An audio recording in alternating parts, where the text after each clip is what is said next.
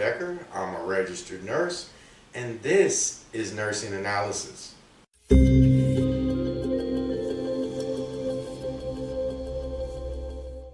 Today, we shall begin a series that will include multiple volumes on basic nursing care.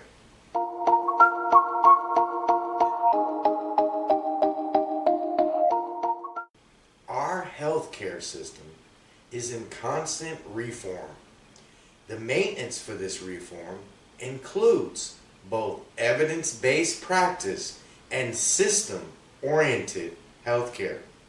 We must ensure the patients that we care for are safe and that we provide effective patient-centered care.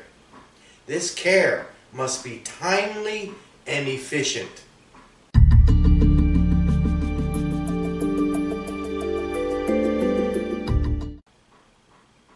The Patient Protection and Affordable Care Act helps to reform our healthcare system.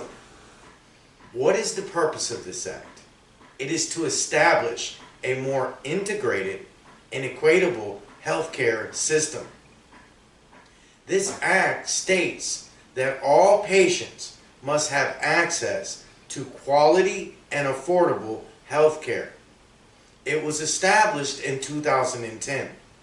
The goals obtained from this act include improving access to innovative and preventative health care while expanding insurance coverage.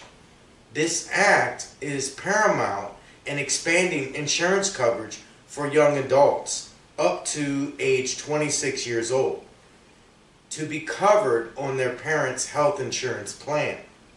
It has also eliminated lifetime limits on benefit coverage and arbitrary withdrawals of insurance. No longer are there barriers to the use of emergency services.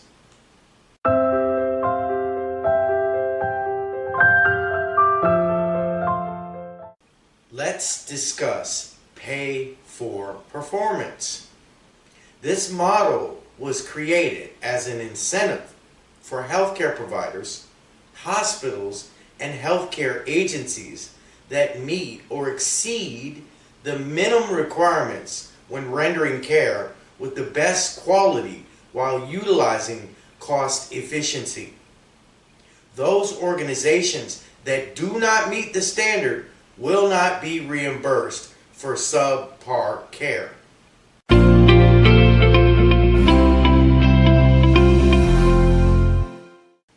The Joint Commission. This organization accredits both hospitals and healthcare organizations. The Joint Commission releases its national patient safety goals annually. This release includes areas of concern in healthcare.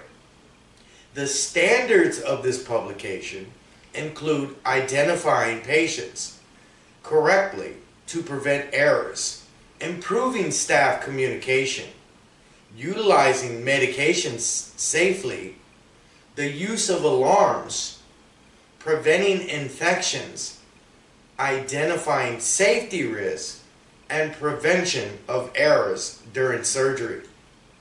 The Joint Commission provides evidence-based practice solutions for each of its focused improvement areas. They also work with Medicare and Medicaid services, and together they develop what is called the core measures.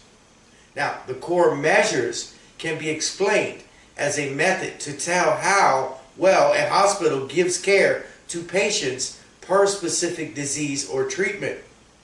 An example of this, a disease like renal failure or a treatment such as a vaccine.